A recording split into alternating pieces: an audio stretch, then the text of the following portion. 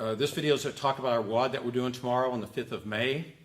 It has some 1-minute intervals. One of those intervals is rowing. These short, intense intervals often really expose poor mechanics. And two issues that really we need to talk about are chain whip and bouncing the rower. Chain whip is a lot more common. Everyone knows what chain whip is, even if they didn't know that's what they were listening to. It's that clickety-clack sound. What that shows is that there's one of two flaws in rowing. Both of those are a break in sequence, and it shows that the rower is not well connected to the machine. I'm going to try to demonstrate chain whip here in a little bit. But remember, when you're rowing, it's legs, back, arms, and then on the return, arms, back, legs. And then the chain goes straight in and straight out. When either of those don't happen, you're at risk for chain whip. I'm going to try to demonstrate that now.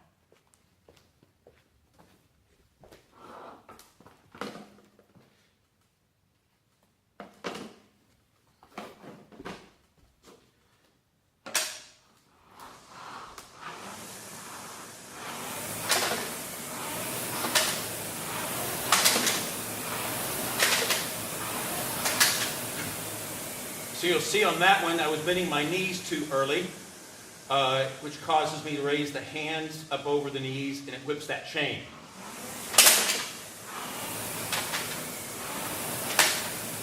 The other one is the chain doesn't go straight in and straight out. This one's less risky, less common, but it does happen.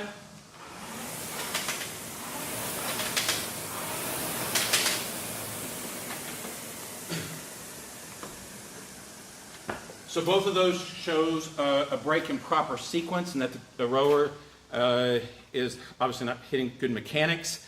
We don't want chain whip. If it happens, your coach will warn you, and if it happens again, that interval is over for you. The second one is bouncing the rower. It's not as common.